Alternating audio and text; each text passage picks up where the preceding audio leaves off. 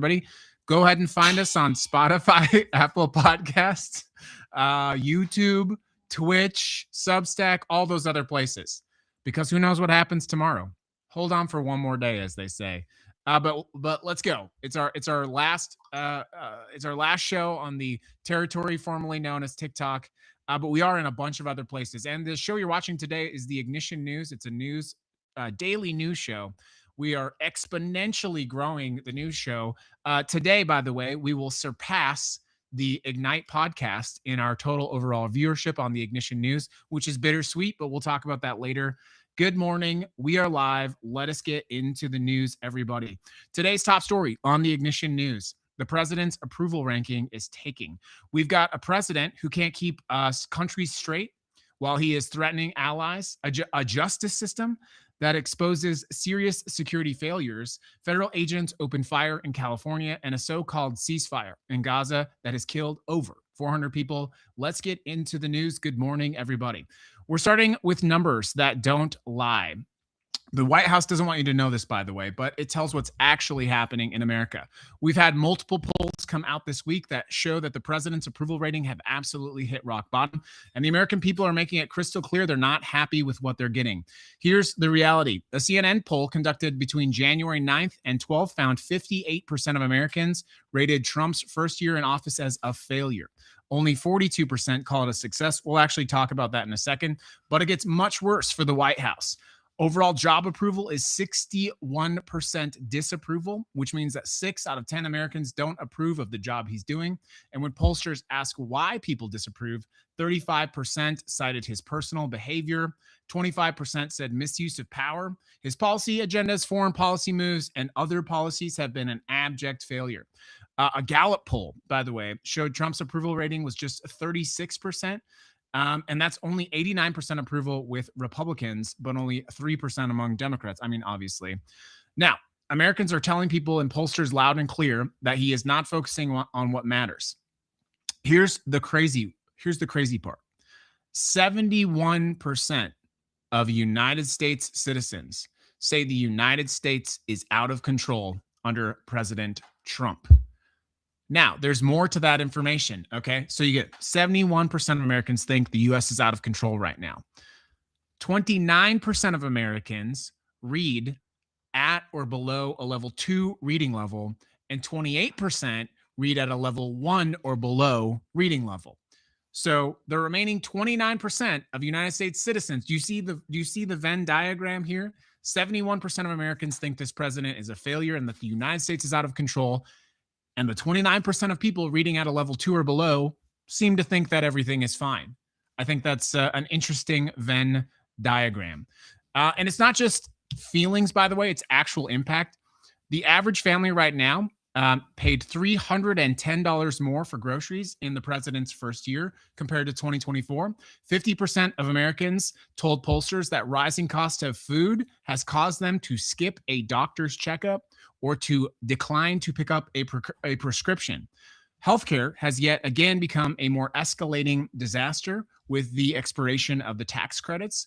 14% of Trump voters now say that they regret their vote. And the biggest reasons they say that again, the economy and broken promises. They're not just numbers. By the way, this is a report card of the first year of this American disaster under the 47th president of the United States of America. Obviously, the 2026 midterms are just 11 months away. And if these numbers hold or get worse, we're going to possibly look at one of the most disastrous midterm elections in modern American history. If we can trust a free and fair election system, which is obviously a big if, the American people are sending a message, whether that is the streets of Minneapolis or whether that is in consumer sentiment, or whether the message is just the fact that you can't afford as many groceries as you could exactly this same time last year. The message is quite clear. This 47th president is a failure. Let's go for a little bit of a lighter news. I thought you could use a little bit of a funny story because I thought this was just absolutely devious. I know good news is important. A 33-year-old former flight attendant from Toronto has been arrested and extradited to face wire fraud charges after allegedly posing as a pilot and current flight attendant to get hundreds of free flights over a 4-year period. This was between 2020 or 2020, 2017 to 2019. He created a fake employee identification from the carrier and used that fake employee identification to get tickets that were reserved for pilots. Yeah. So you got someone that got a bunch of free flights pretending to be a pilot. I don't know. The system is rigged. American air travel sucks. The American Airlines in particular. I don't know. When's the last time you enjoyed flying on an American airline? It's a terrible experience. So I don't know. I think it's funny that someone got it over. I think it's funny that that happened.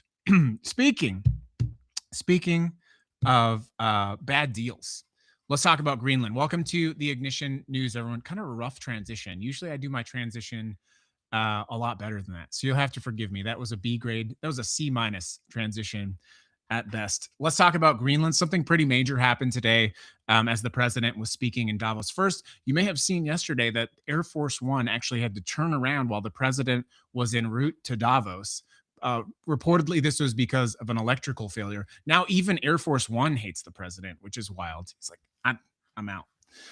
Let's get to the most embarrassing moment that happened on the world stage, though. President Trump did this rambling 4-hour speech in Davos. A Davos, if you're not familiar, is the annual gathering where world leaders and business executives come together to talk about, pending economic issues, global trade issues, inspirational innovation, that sort of thing. So the president of the United States got up in front of all of these world leaders, sort of held them captive, and went on for like 4 hours. I couldn't imagine. So when he finally got on stage on Davos to explain his positions, he could not keep straight which country he was talking about. Here's a direct quote. Until the last few days, when I told them about Iceland, they loved me. They called me daddy. That's just weird. Okay. Until the last few days, when I told them about Iceland, the president of the United States just confused Iceland and Greenland. He went on, they're not there for us on Iceland, I can tell you. Our stock market took the dip yesterday because of Iceland. So Iceland has already cost us a lot of money. Again, the president was supposed to be talking about Greenland. Iceland is a completely separate independent country 200 miles away from Greenland. But he said Iceland 4 times. Now, obviously, some people are going to excuse this as just a gaffe or like a one-time slip. He said it 4 times. Here's what we got. He made the same mistake the day before, by the way. Here's something he said at that disastrous news conference. Iceland, without tariffs, wouldn't even be talking to us about it. So that's 2 days in a row. 2 days in a row where the president has confused Iceland and Greenland. This is the man with the nuclear football. He doesn't even know the difference between Iceland and Greenland. I do want to just talk about why this is more than just embarrassing. I subjected myself to the painful exercise of watching the White House press conference yesterday. I know I've talked about this in a previous show. The president of the United States is sundowning. He was sundowning on live television yesterday in front of the press. What's crazy to me is that the press they were like going along with it. They were like just laughing at his very bad jokes. He's sitting up there flipping through photos like it's grandpa at Christmas of these immigration deportations. And he's just rambling and rambling and rambling. And it's kind of scary. And I think like the go-to defense there is like, when you talk about this, they're like, oh, Joe Biden didn't even do press conferences. Dude, I don't care if it's Joe Biden or Donald Trump. I really don't care. We don't need a 79-year-old man sundowning on national television who has possession of nuclear football. It's wild. And of course, you also have the fact that the president embarrassed Emmanuel Macron by leaking his private text messages to the entire world. The United States is collapsing in on itself while simultaneously turning its back on all of our international allies. Let me be very clear. Here's what's going to happen. Here's what's going to happen if the United States tries to take Greenland, whether by peace or by economic force. If the United States takes Greenland or tries to take Greenland, NATO instantly collapses, first of all. Number two, the European Union will be forced. They will have no choice but to implement devastating economic sanctions on the United States of America. The stock market tanked yesterday. That is like a feather in the wind compared to what is going to happen to the US economy if we decide to take this action. What's clearly happening, what everyone can see, by the way, is the fact that the president of the United States, sundowning president of the United States, is seeing that his presidency has failed, right? I mean, that's obvious to everyone. We just talked about that in the numbers. The presidency has failed. He is at this point of his autocracy where he's not going to hire qualified people, right? He's not, because this is what happens in all dictatorships. Dictators do not surround themselves with people who are more competent. They don't surround themselves with people who can take any of the spotlight. And as the dictatorship, as the authoritarian begins to fail, as those policies begin to fail, they have even less and less people in the circle who are capable of actively, effectively implementing policy. So what happens is this cycle of bad policy, bad government, bad policy, bad government, and then no one stands out or sticks up. No one says to the authoritarian, oh, hey, you might not want to consider fucking up the difference between Iceland and Greenland, right? Unfortunately, now the press is also in on this in the United States, and it gets worse and worse and worse. But here's the last part I want to talk about. I did watch that press conference, and I'm actually more alarmed after watching the press conference than I was before. Let me tell you why. Because the president also spoke about Renee Good. And he actually used a very sympathetic tone when discussing Renee Good, which was kind of shocking, to be honest with you. And what I believe now after I saw that, and after I saw this confused, rambling old man, I think that people like Stephen Miller, people like Carolyn Levitt, people like J.D. Vance, people like Scott Bessent, people like, I mean, I could go on and on and on. I mean, you've all had this happen, right? If you've had an elderly parent or an elderly grandparent, I think that they are isolating him in this very closed off technical media bubble. And that's easy to do with a 79-year-old man.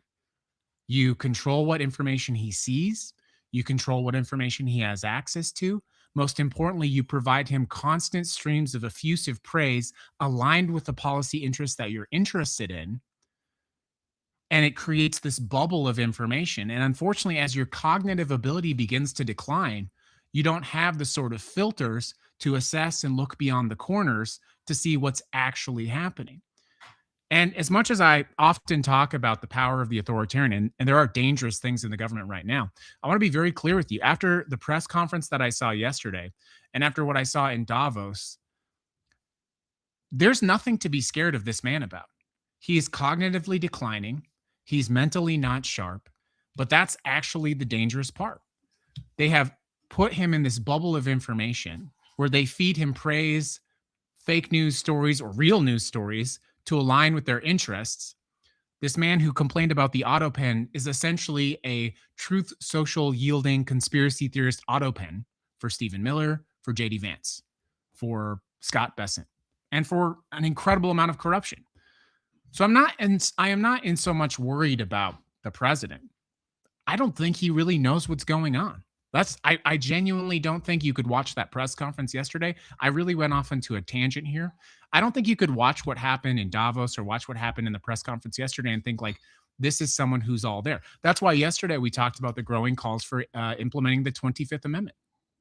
But why would this cabinet, who's full of sycophants, ever implement the 25th Amendment? Well, they can keep him in the little ecosystem bubble, give him the little phone, all this sort of stuff, and get whatever they want. I'm sorry I went off on a bit of a tangent there, but it's just very clear to me what is happening.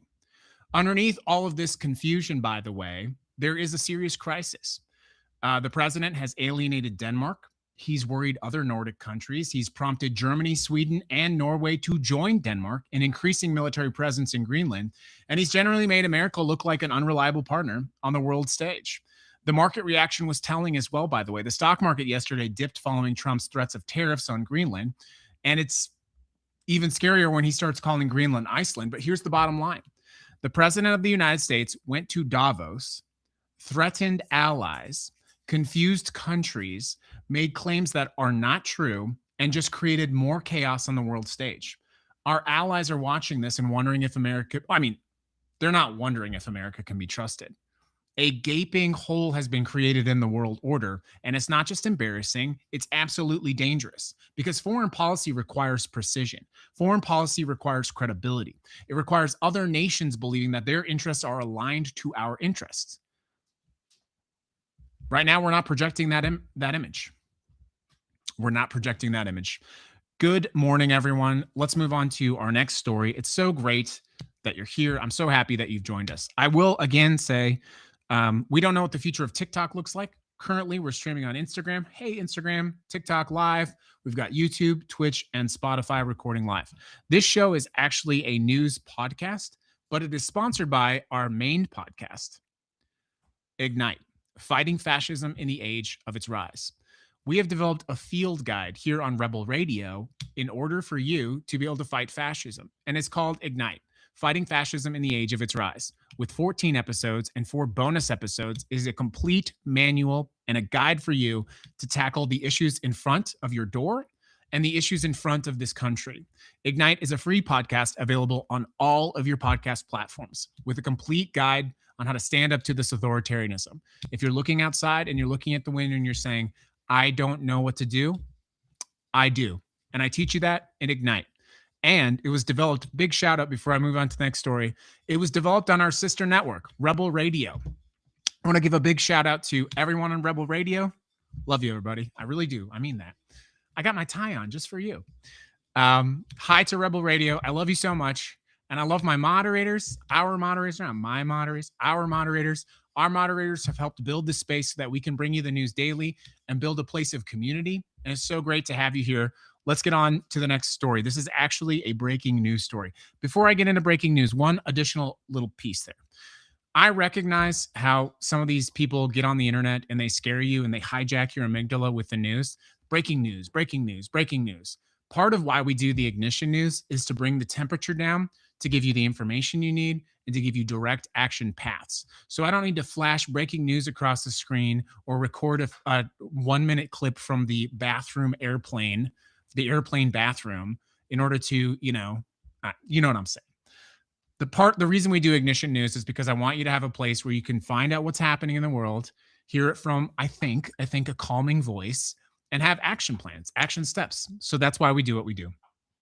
Let's go ahead and go to Los Angeles County. Federal agents were involved in a shooting this morning in Willowbrook that prompted a massive law enforcement response. Details are, of course, still emerging, but once again, it is a Border Patrol or DHS shooting. Border Patrol or DHS agents were conducting an operation near the intersection of 126th Street and Mona Boulevard in Willowbrook. According to the Los Angeles County Sheriff's Department, Border Patrol notified them before 7:30 that they were conducting an operation in the area. The shooting happened shortly after that notification.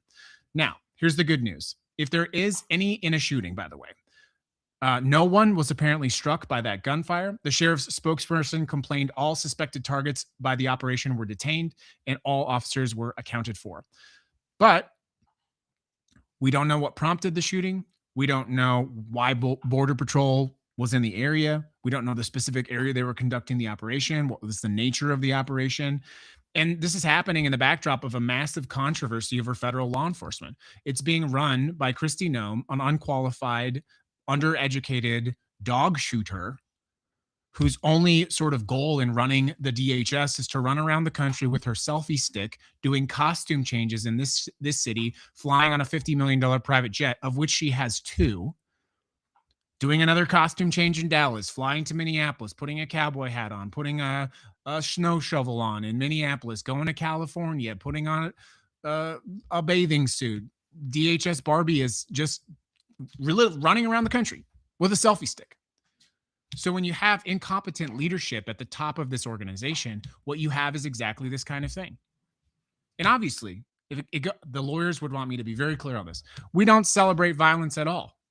But violence is going to happen when you have an unqualified agency running around the country operating so recklessly. And let's be clear, the violence is coming from these untrained agents, many of whom are, by the way, probably January 6ers. We strongly suspect that. All of the violence that has been in the news has been violence perpetrated by ICE, violence perpetrated by DHS, Violence perpetrated by masked men running around the country, terrorizing families, ripping families apart. American people, we don't want this. That's very clear. 71% of Americans don't want this. And I suspect the 29% that say they support what's happening in this country right now, I suspect that once it's at their doorstep, they're going to regret supporting it as well. The pattern we're seeing is as follows. Federal agents involved in enforcement operation escalate to violence, often in communities of color, without a clear expectation of why they're there. There is no transparency. And the whole thing, immigration enforcement, what they promised us, they said, we're going to go after the most violent, most dangerous people. They don't know what they're doing. They don't know where they're going. These are unqualified, unserious people. And this is the consequence of what's happening with these unqualified, unserious people. It's a national tragedy. If I have any more details about this story, I will go ahead and update you on that. I do have an important story that we'll get to. I'm going to close the show on something. I'm going to briefly cover something very important here on the Ignition News. I'm saying that to every channel. I'm very unafraid to talk about the genocide in Gaza. And it is a genocide committed by the government of Israel. The Ignition News, we are not anti-Jew. We are anti-Benjamin Netanyahu, the Israeli government, and the perpetration of genocide against men, women, and children. One day, everyone will have the view that I have, which is that this genocide is a terrible assault on innocent human life. But for now, we have politicians signing bombs with your taxpayer dollars. And the alleged ceasefire, it is a myth. Here's what we knew in the final story, by the way. In Gaza, we obviously know that there's a ceasefire, took effect in October 10th. Israeli forces have since killed 400 Palestinians. Ceasefire, 400 Palestinians. I'm getting really personal about this, but I think what is really sick about this is that the government of Israel somehow believes that they can operate and claim they are under a ceasefire and then kill 400 people. And what I think is disturbing about that is somehow the inference that those 400 lives are not actually lives. That is the unquestioned inference, because they're still operating as though there's a ceasefire. They're still claiming there is a ceasefire. So when you claim there's a ceasefire and you kill children, the inference there is obvious. You don't think those children are actual human beings. I know that's a brutal thing to say. I know that that's uncomfortable to say. But what other inference can you draw? According to information that we have, Israel has violated the ceasefire agreement at least 13 times between October 10th and January 20th. What's supposed to be happening is a ceasefire. Between October 10th and October 20th, 25,816 trucks entered Gaza out of 60,000 that were supposed to be delivered. So it's a genocide of violence, and it's a genocide of starvation. So 60,000 trucks were supposed to go. They've only let 25,000 trucks, almost 26,000. What happens then is people die from starvation, if not bullets directly. Israel is not enforcing its own self-enforced yellow line. It's shooting anyone who gets too close to them. And Palestinians who returned home after the ceasefire, believing that it was safe, are now basically trapped back in Gaza. And of course, then you have winter, which is making everything worse. This is something that we will look back at for the horror that it is. And being against genocide is not anti-Semitic.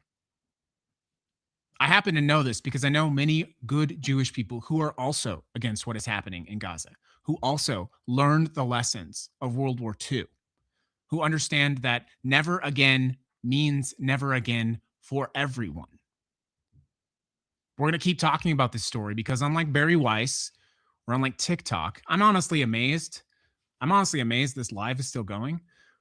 Unlike TikTok or CBS News, we're telling the truth. A ceasefire means a ceasefire, but a ceasefire is not good enough. We need to end this genocide. Let me close out with one final thing. I've done this in the past, but I want to go through this one more time. I want to read to you something that I often read and it is a lesson in history, reflecting on the actual genocide happening in Gaza, but what is happening on the streets of Minnesota right now. I wanted to read something to you. It's where we're going to close the show out tonight. Followers of Rebel Radio, you will recognize this. This is called "They Thought They Were Free." It's a passage about the descent into authoritarianism in Germany from 1933 to 1945. This book is a very good book. I encourage you to read it. But this passage is perhaps more famous than any other one passage. So I'm going to read to you a section that means a lot to me, and I hope that it resonates, and I hope that you find a sense of connectivity through the thread of history from someone who wrote about tyranny before. So you could feel that thread of history. Let me go ahead. This is a passage from "They Thought They Were Free" by Milton Mayer. Each act, each occasion is worse than the last.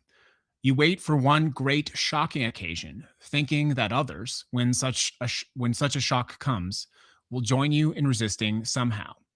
You don't want to act or even talk alone. You don't want to, quote, go out of your way to make trouble. Why not? Well, you are not in the habit of doing it. And it is not just fear of standing alone that restrains you. It is also genuine uncertainty. Uncertainty is a very important factor now. And instead of decreasing as time goes on, it grows. Outside, in the streets, in the general community, everyone is happy. One hears no protest and certainly sees none. You know, in France or Italy, there would be slogans against the government painted on the walls and fences. In Germany, outside the great cities perhaps, there is not even this. In the university community, in your own community, you speak privately to your colleagues, some of them who certainly feel as you do, but what do they say? They say, it is not so bad, or you're seeing things, or you are an alarmist. And you are an alarmist. You are saying this must lead to that, but you can't prove it.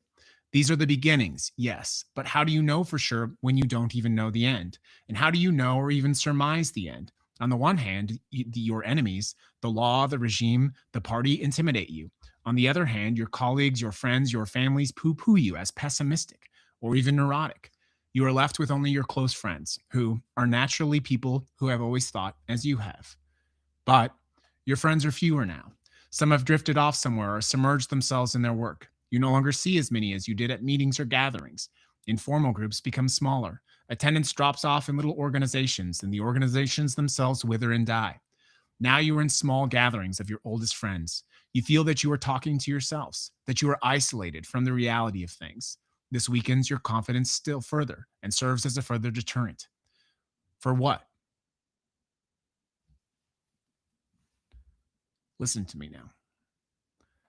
It is clearer all the time that if you are going to do anything, you must make an occasion to do it. And then you are obviously a troublemaker. So you wait and you wait. But the one great shocking occasion never comes, when tens or hundreds of thousands will join you. The one great shocking occasion never comes. That's the difficulty. If the last and worst act of the whole regime had come immediately after the first and smallest, thousands or millions would have been sufficiently shocked. If, let us say, the gassing of the Jews in 43 had come immediately after the German firm stickers on the windows of the non-Jewish shops in 33, but of course this isn't the way it happens. In between come all the hundreds of little steps, one of them imperceptible, each of them preparing you not to be shocked by the next. Step C is not so much worse than step B, and if you did not make a stand at step B, why should you at step C, and so on. And then one day, too late, your principles, if you were ever sensible of them at all rush in upon you.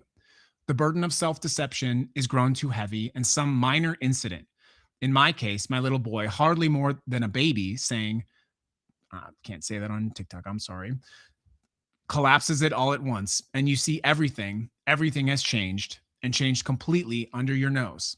The world you live in, your nation, your people, is not the world you were born in at all. The forms are all there, all untouched, all reassuring. The houses, the shops, the jobs, the mealtimes, the visits, the concerts, the cinema. But the spirit, which you have never noticed because you made the lifelong mistake of identifying with its forms, is changed. Now you live in a world of hate and fear, and the people who hate and fear do not even know it themselves. When everyone is transformed, no one is transformed. Now you live in a system which rules without responsibility, even to God. The system itself could not have intended this in the beginning, but in order to sustain itself, it was compelled to go all the way. And you have gone all the way yourself. Life is a continuing process, a flow, not a succession of acts and events at all. And it has flowed to a new level, carrying you with it without any effort on your part. On this new level you live, you have been living more comfortably every day with new morals, new principles. You have accepted things you would not have accepted 5 years ago. You've accepted things that even your father, even in Germany, could not have imagined. Suddenly it comes down all at once. You see what you have done, or more accurately, what you haven't done. For that was all that was required for most of us, that we do nothing. You remember those early meetings when if one had stood, others would have stood, but no one stood. Maybe it was a small act, a matter of hiring this man or not man, and you hired one rather than the other. You remember everything now, and your heart breaks. Too late. You are compromised beyond repair. And this is the lesson now, today, in America at this time. Each terrible act by this administration, each small step, each breaking news time after time has numbed us to the reality of the tyranny that we live in. Women screaming into the night in Minnesota, telling people to close their doors, saying they are here now, as ICE agents terrorize immigrant communities. As women are shot in our streets, blood is on the streets in America now. But each small act has pushed us farther and farther. And whether you are comfortable admitting it or not, you have flowed along these acts like water in a river. Well, today I'm closing out the show, January 21st, which may be our last day on TikTok. It's the 21st. I'm closing out the show with one final piece of advice. Simple. Number one, acknowledge that each small act of this tyranny in this country has pulled you further and further and further down the river of the tyranny, whether you wanted to or not, whether you chose to or not. You are unquestionably in a different America than you were just 1 year ago. America is less safe. It is more dangerous. More people have died. People have been torn from their families. And it has happened in the country that you live, in the place that you live, in the system that you participate, in which your tax dollars benefit. And you have flowed along with all of these changes. And it doesn't mean that you intended to do that at all. It doesn't mean that you're a bad person for the flow taking you further and further down the river. But there is one thing that this river of tyranny cannot do. It cannot move the stone. Any river, any body of water, powerful as it may be, eventually finds a stone for which it cannot move. While you have found yourself moving down this river of tyranny, I challenge you to find yourself and to change that form. Change is a river after all, but not against a stone. In a time when the river of tyranny is pulling us all into this dark place, be a stone, find your footing, and refuse to move. The strongest waters, the strongest oceans cannot move the biggest stone. Every time the water pushes against you, the tyranny of this one small act or this one small act, plant yourself firmly and say, I will not move.